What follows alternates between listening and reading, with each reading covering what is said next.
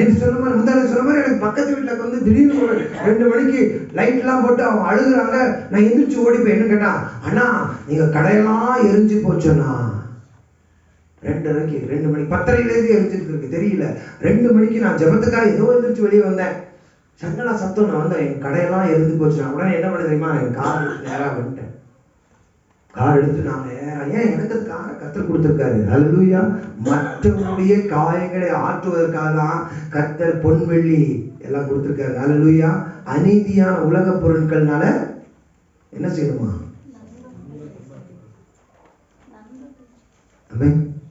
நண்பர்களை சம்பாதித்துக் கொள்ளுங்கள்.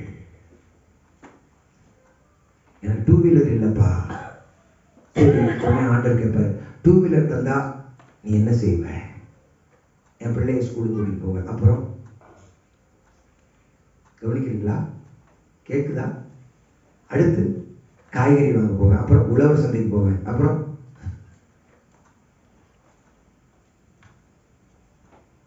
கொக்கியில தொங்குற கறியை வாங்க போவேன். தலைக்கறி வாங்கி சாப்பிடுவேன். அது கடைசி வரைக்கும் வாயில வார்த்தை ஒன்னே ஒன்று வராது. என்னது? ஆண்டவரே நான் ஊழியத்துக்கு வருவேன். வருமா? அப்புறம் சொல்லுவார், அப்புறம் நம்ம கஷ்டப்பட்டு லோனை போட்டு வாங்கிடுவேன். பெட்ரோலுக்கு வண்டி பாதி நின்றும். சிலவங்க அந்த வண்டியை சாட்சி அது ஒண்ணுமே இருக்காது. அது தலையெல்லாம் சாட்சி அது ஊதி, ஐயா சிரிக்கிறாரு பாருங்க. அதை போட்டு அவர் அப்படி மிதிச்சு இப்படி மிதிச்சு அதை போட்டு ஒட்டுச்சு.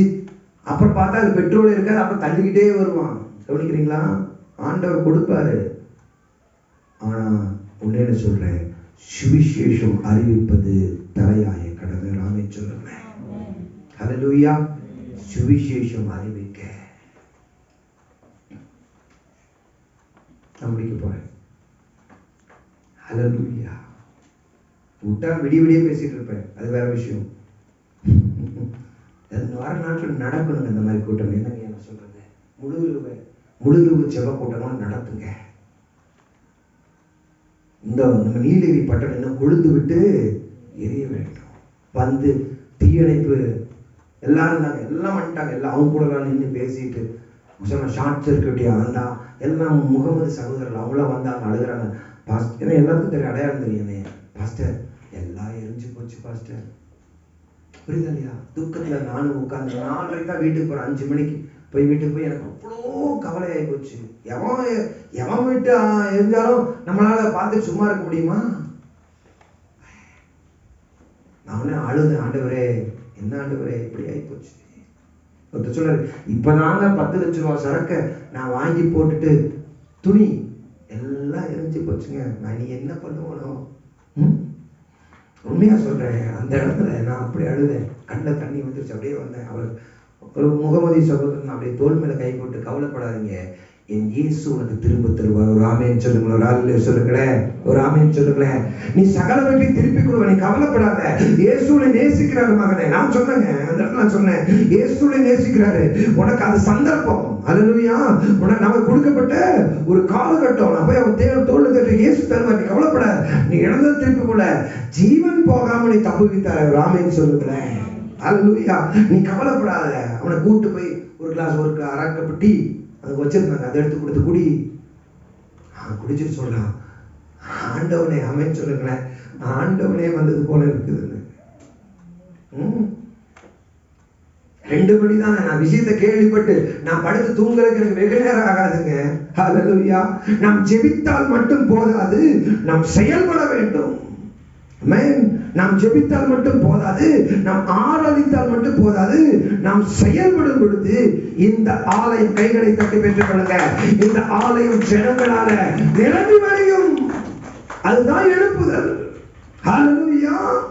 போகிற வழியில வர வழியில இருக்கிறவெல்லாம், அக்கா எப்படி இருக்கிறீங்க, அண்ணா எப்படி இருக்கீங்க, ஏன் அவங்க முக சோகமா இருக்கு, என்னாச்சு, நான் ஆண்டவர் கோயிலுக்கு துதிக்க போறேன், நீங்களும் வாங்கன்னு சொல்லி பாருங்களேன், அவர்கள் ஓடி வருவார்கள். ஆமென் சொல்லுங்களேன்.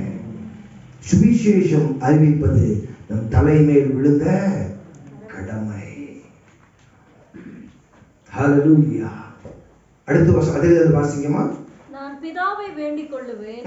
அப்பொழுது என்றென்றைக்கும் உங்களுடனே கூட இருக்கும்படிக்கு சத்திய ஆவியாகிய வேறொரு தேற்றரவாளனை அவர் உங்களுக்கு தந்தருளுவார். சத்திய ஆவியாகிய வேறொரு தேற்றரவாளனை அவர் உங்களுக்கு தந்தருளுவார். ஆண்டவரை இயேசு கிறிஸ்து இங்கே பரிசுத்த ஆவியானவரை ஒரு தேற்றரவாளனாக அனுப்புகிறார். ஆமென் சொல்லுங்களேன். கம்ஃபர்டர், இங்கிலீஷ்ல அழகா கம்ஃபர்ட். எப்படி? தேற்றரவாளன். அந்த பாட்டு அழகா இருக்கு. ஒரு தாய் தேற்றுவது போல மார்போடு அணைப்பாரே, மனக்கவலை தீர்ப்பாரே. ஒரு தாய் தேற்றுவது போல் என் நேசர் தேற்றுவார். அல்லேலூயா.